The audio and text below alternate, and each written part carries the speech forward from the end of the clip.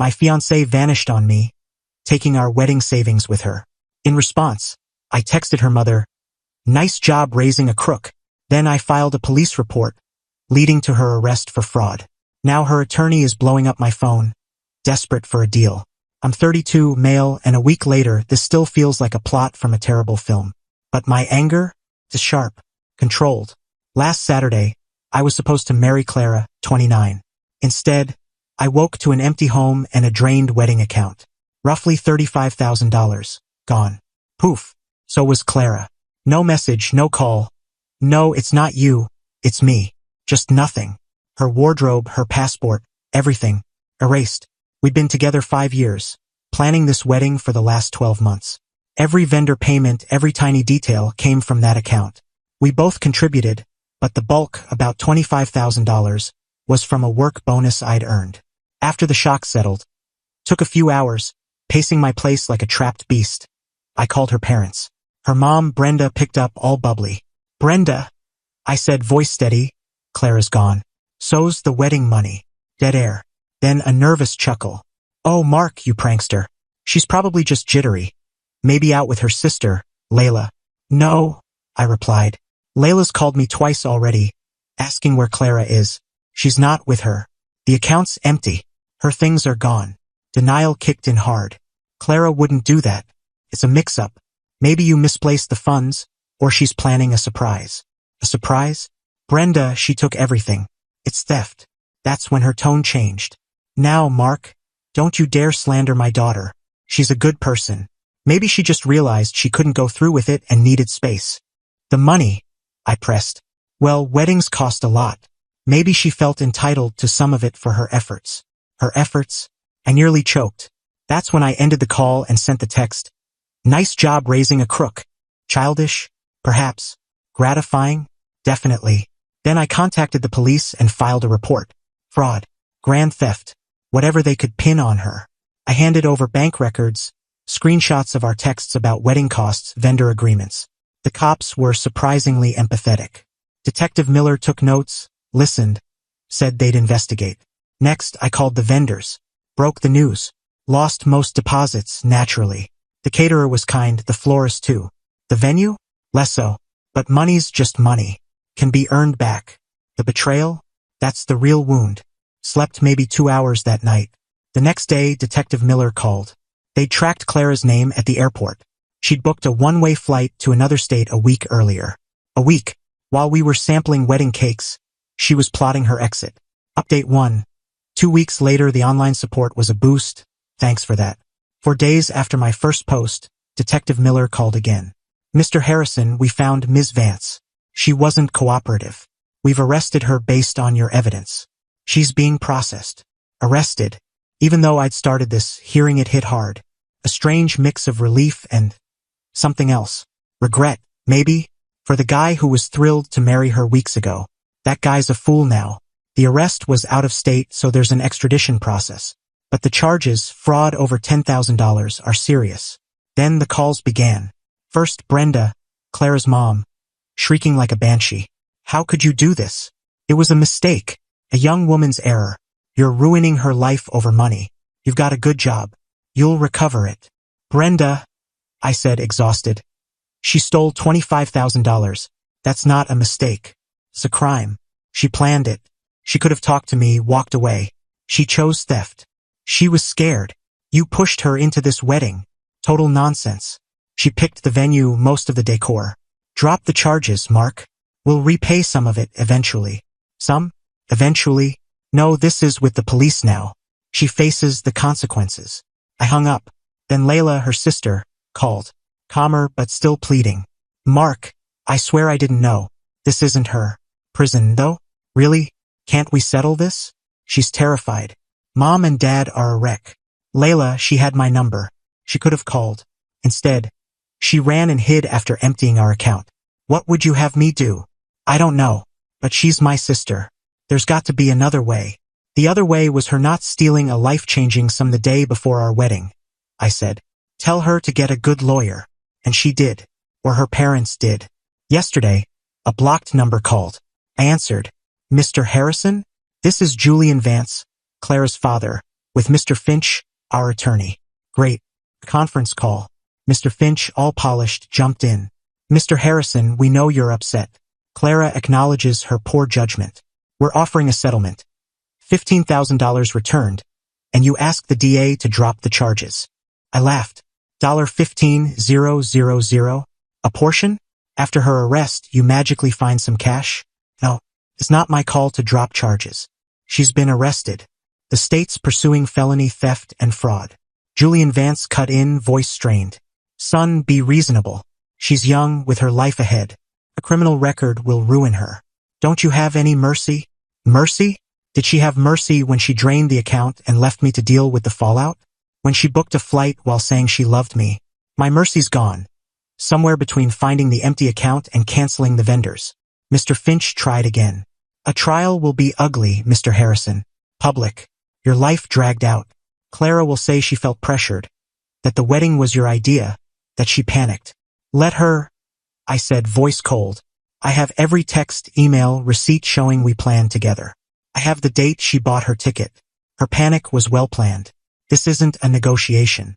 That $25,000 was for our wedding. Now it's evidence in a criminal case. Talk to Detective Miller or the DA. I hung up. My pulse was racing. The nerve. Poor judgment. Pressured. Unreal. Then Brenda called again. This time sobbing, not raging. Mark, please. She'll repay it all. We'll get a loan. Just make them release her. She's not made for jail. It'll destroy her. She should have thought of that before stealing, Brenda. Click. Now Mr. Finch is leaving voicemails, 3 today, each more urgent. Mr. Harrison, call me back. We need to talk. We can sweeten the deal. My client's distraught. Yeah, I bet. Consequences sting. Let him stew. I'm meeting the assistant DA next week to give a victim impact statement. I'm not budging. She made her choice. Let her face it, maybe in a cell for a while. Update 2, 1 month later, what a month. The audacity from Clara's side just kept coming. It's almost admirable in a twisted way. After ignoring Mr. Finch's calls and forwarding them to the ADA, things got wild. First, Layla showed up at my place. No warning. Rings the buzzer like we're old pals. Mark, we need to talk. She says, all sincere. Layla, I'm talking to the DA. That's who Clara's lawyer needs to deal with. No, we need to talk. As people who care about Clara. She tried to step inside. I blocked her. She's not eating, Mark. She's falling apart. Her lawyer says you're being cruel. Enjoying this. Enjoying this? My life imploded, Layla. I lost a fortune. My fiancé turned out to be a thief, and I canceled my own wedding. Yeah, real fun. Now, if you'll excuse me. Then the guilt trip. Mom and Dad are talking about selling their house to cover your money and Clara's legal fees. You'd make them homeless for revenge. They're selling their house because their daughter stole $25,000 and got caught. That's on Clara, not me. I shut the door. Heard her muttering outside before she left. Then, random posts started popping up online from Clara's distant acquaintances. Vague stuff about toxic partners, men controlling women with money, and how sometimes a woman has to do what she must to break free. Subtle. Some even used a hashtag with my name. My techie friends traced a few posts to IPs near Clara's parents' place. Nice try. I screenshotted it all, sent it to the ADA. Not a crime, but it shows they're trying to spin her as the victim. Mr. Finch, seeing I wouldn't cave, targeted the ADA. He sent a huge file of letters from Clara's family and friends, claiming she's emotionally fragile, has anxiety, never saw it in 5 years, and that this out-of-character mistake came from wedding stress. They even got a therapist who'd met Clara twice post-arrest to write that she wasn't thinking straight. The ADA, Ms. Davies, a straight shooter, called me. Mark, they're painting you as the villain and her as a desperate damsel who cracked. Her lawyer wants a plea deal. Full $25,000 restitution, probation, no jail. He's leaning on her good character and emotional distress. Restitution and probation? After all this? The planning, the lies, the gall. I kept my voice even. Ms. Davies, she didn't crack. She booked a flight a week in advance. She methodically emptied the account.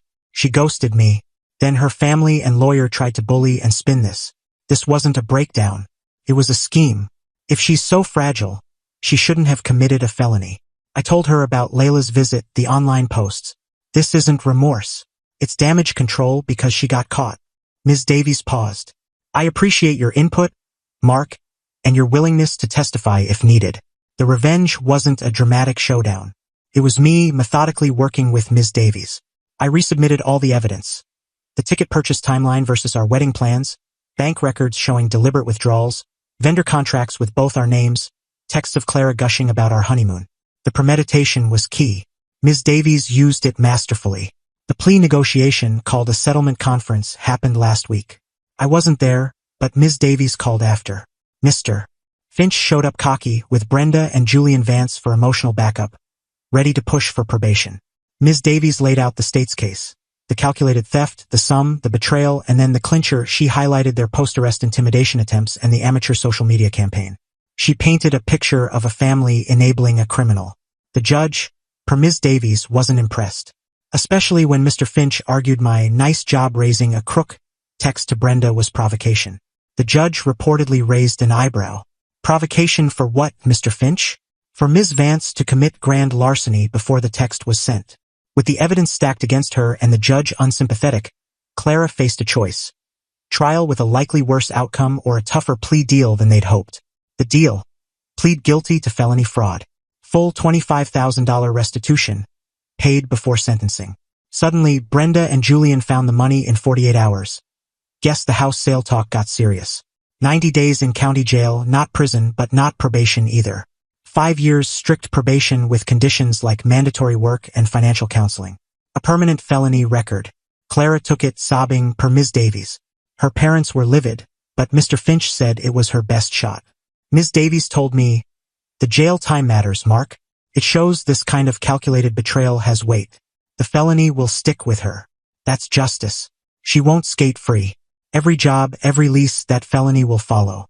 Brenda left one last voicemail, weeping. "You ruined her, Mark. Hope you're satisfied." Satisfied? Not jumping for joy. More like a quiet, hard-won relief. I held my ground, didn't let them intimidate me, and the system worked. She didn't get away with it. They thought they could bully me into folding. They didn't know how relentless I can be when betrayed. The money's in escrow, per the court, so I'll get it back soon. The emotional scars? Those'll take time. But knowing Clara's facing real consequences, that her family's arrogance crashed into reality, that's justice. Solid, tangible justice. Time to move forward. Maybe get a dog. Dogs don't betray you.